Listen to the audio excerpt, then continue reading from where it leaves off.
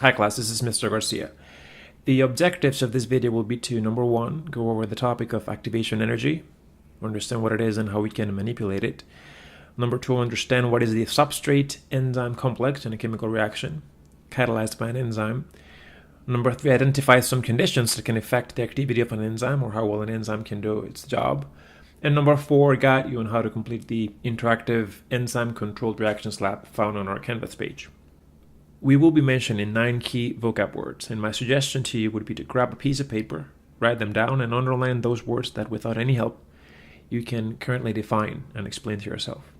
Leave alone those words that you can't yet define and explain, and as the video progresses and you become familiar with the terms, go back to your list and try again to define and explain the terms to yourself. We are starting with chemical reactions. Now, we had previously talked about the concept of activation energy in a chemical reaction. A chemical reaction can be as simple as breathing in oxygen and turning it into carbon dioxide before we breathe it out. Of course, the main purpose of breathing in oxygen is not to make carbon dioxide, but rather to use it.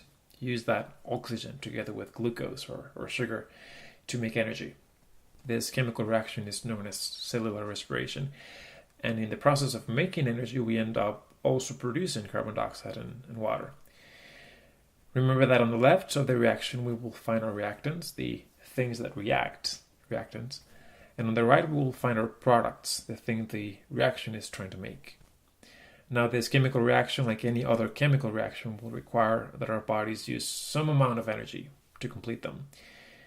The energy needed to start and complete the reaction is known as the activation energy. That would be the definition or a definition for that term. You can think of it as the energy needed to activate the reaction.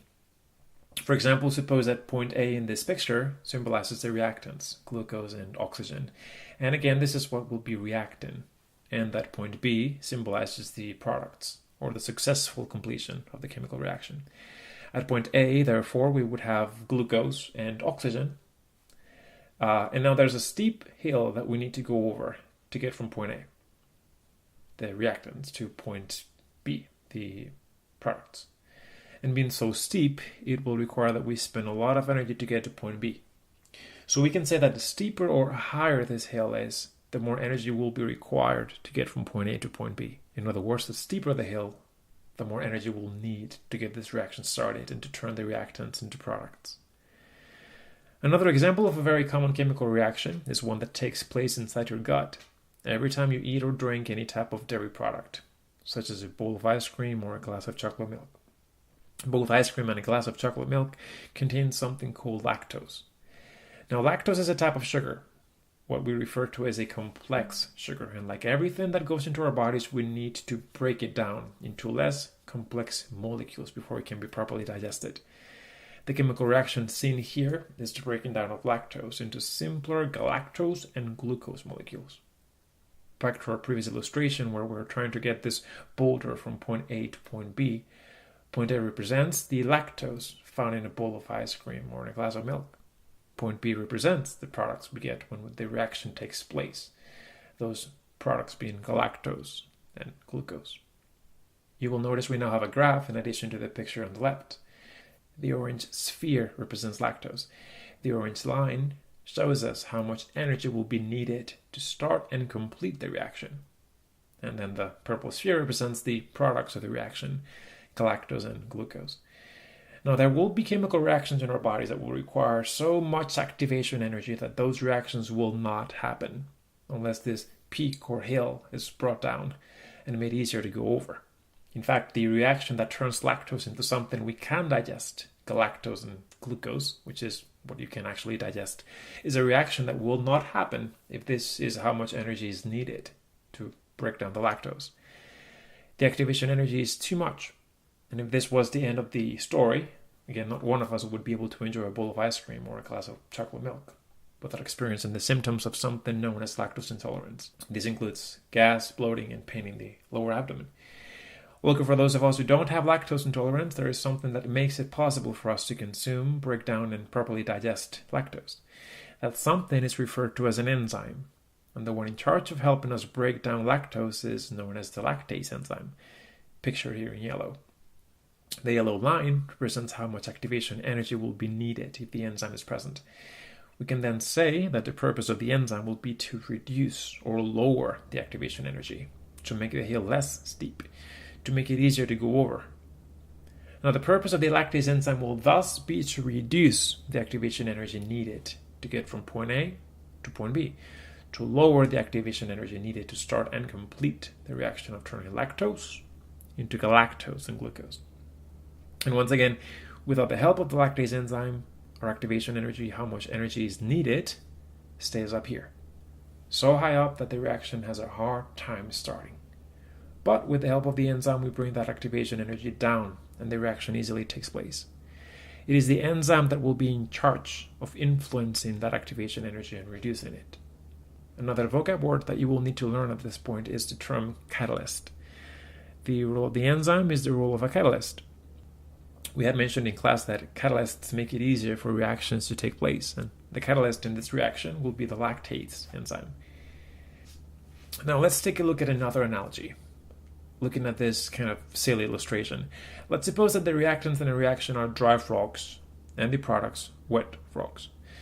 The purpose of this reaction will be turning dry frogs into wet frogs. Without the use of an enzyme or catalyst, we have this pillar of rocks in the way, which represents a high activation energy, and it is so high that the reaction will either happen at a slow rate or speed, or it may not happen at all. However, with the help of the enzyme, also referred to as the catalyst, we are able to lower that pillar. We lower the activation energy needed to get the reaction going, and in this example, we get rid of the barrier that is preventing the reaction from happening at the necessary rate or speed. Something else we need to understand and visualize is the substrate-enzyme complex. And we can break down this term and say that it refers to a complex, meaning that it's made up of different parts, and that these parts that make up this complex, there's two of them, one part will be a substrate and the other part an enzyme. Now the substrate in our example will be lactose. Lactose can also be referred to as the reactant. On the left, remember, reactant, product. And then we have the enzyme in pink, which completes the complex. And that enzyme is lactase.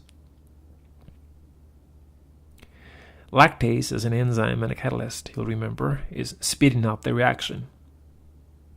Again, for our example, this specific substrate enzyme complex is made up of a substrate, lactose, which is this whole thing, yellow and purple, and the enzyme, lactase. So the substrate enzyme complex is right here in the middle. We don't say this on the left is a substrate enzyme complex because the substrate is not yet attached to the enzyme. The substrate will attach to the enzyme in a specific location that will be unique for that substrate. This is why we say that an enzyme will be specific for one substrate. Lactase is given the name lactase because it can only interact with lactose. Now, the specific location where our substrate, lactose, will attach to the enzyme is what we call the active site. The substrate attaches to the enzyme by the active site, forming the substrate enzyme complex. The enzyme catalyzes or speeds up the reaction by lowering the activation energy and making it easier for the breakdown reaction to take place. And we end up with two products that detach from the enzyme. In our example, after the substrate enzyme complex has been formed, lactose is broken down by lactase into glucose and galactose. Finally, we have to briefly talk about what are some factors that affect the activity of an enzyme. In other words, what are some conditions an enzyme could be exposed to that as a result of those conditions, the enzyme would just stop working. Two of these conditions would be pH and temperature. Now, pH refers to how acidic or basic a substance is, with a lower pH being acidic or an acid, and in between pH of 7 being neutral, and a higher pH being basic or a base. Temperature can also damage an enzyme if we expose it to anything outside of that enzyme's ideal temperature range. And by ideal temperature range, I mean the temperature at which an enzyme would actually work. The ideal temperature range for the enzyme lactase to do its job is 70 to 120 degrees Fahrenheit. If we were to expose the enzyme to temperatures above 120 degrees Fahrenheit, we run the risk of damaging that enzyme. At much lower temperatures, like minus 4 degrees Fahrenheit, enzymes would just stay inactive. They won't work. making this a good temperature for storing them. Now within this range, 70 to 120 degrees Fahrenheit, lactase will be most active or will work best more or less halfway between those two temperatures. The best temperature to run a chemical reaction using the enzyme lactase happens to be 98.6 degrees Fahrenheit or 37 degrees Celsius. Now, figuring out the ideal pH or at what pH value our lactase enzyme would work best is what you will be working on as part of the fourth objective of this video. If you were just now working on our Edpuzzle, you can go ahead and exit the video now. If you have already turned in your Edpuzzle and you are now working on the interactive enzymes lab, then continue watching for an explanation on how to complete and turn in your work. The link to access our enzymes lab is on the screen. The interactive laboratory activity will look like this. We will focus on the second objective listed, determine the effect of pH on the initial rate of an enzyme-catalyzed reaction. In other words, our objective will be to figure out how pH affects how well an enzyme catalyzes a reaction. Our first step will be to change the pH in every test tube so that we have a different pH value in each tube. You can do this by clicking on the blue arrows. With the different pH in each test tube, you will be able to test your enzyme at 5 different pH values. Remember that our main objective is to determine the effects of pH on how well an enzyme works. The way this activity is set up, the enzyme is already present in each test tube. Up next, you will add your substrate. If you remember from earlier on in our video, the substrate in our example was lactose. Remember that the substrate can be thought of as the reactant, or what will be reacting in a chemical reaction. We could imagine that in this activity, each test tube has the same amount of the enzyme lactase, and we will be adding lactose, which is our substrate. Our second step will involve adding 1 gram of our substrate, and again, we are imagining that this is lactose, to each test tube. Now if you notice, everything in the experiment is the same except for the pH values in each tube. Recall that what we are testing is the effect of different pH values on an enzyme.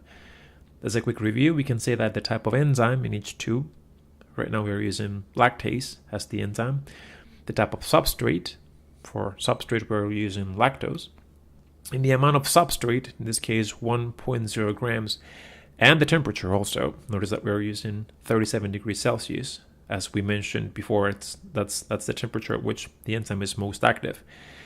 All these things that are staying the same in each tube are the control variables. The different pH values will be our independent variable. Finally, how much substrate is converted, or how much lactose is broken down and turned into galactose and glucose, will be our dependent variable, what we will be measuring at the end. Once you have added 1 gram of substrate to every tube, you will notice a change in color from clear to blue.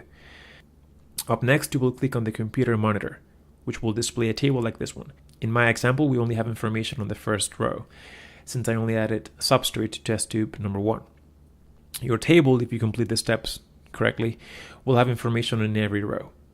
At this point, all you will have left to do will be to go back to our Canvas page, and from modules, under unit 1.2, further down and just below enzymes and activation energy assignments, you will open the page Data Table and Analysis of Results, Interactive Enzyme-Controlled Reactions Lab, and you will access a Google Doc with a table, very similar to the one in the interactive lab. Fill it out and answer the analysis questions below. The Google Doc should save automatically, but make sure your laptop is connected to the internet before you exit the Canvas page. Now, all the material covered in this video will be on our test, and my suggestion at this point will be to have another careful look at our list of objectives and at the vocab words listed on the right. If you feel like any of the objectives is still not clear to you, my first advice would be to rewatch the parts of the video that address each objective, if you notice the objectives were covered in the same order. You may rewind the video as many times as you need until you feel like you could answer these questions and define these words on your own. For additional help, I will be available in class and after school during tutoring hours.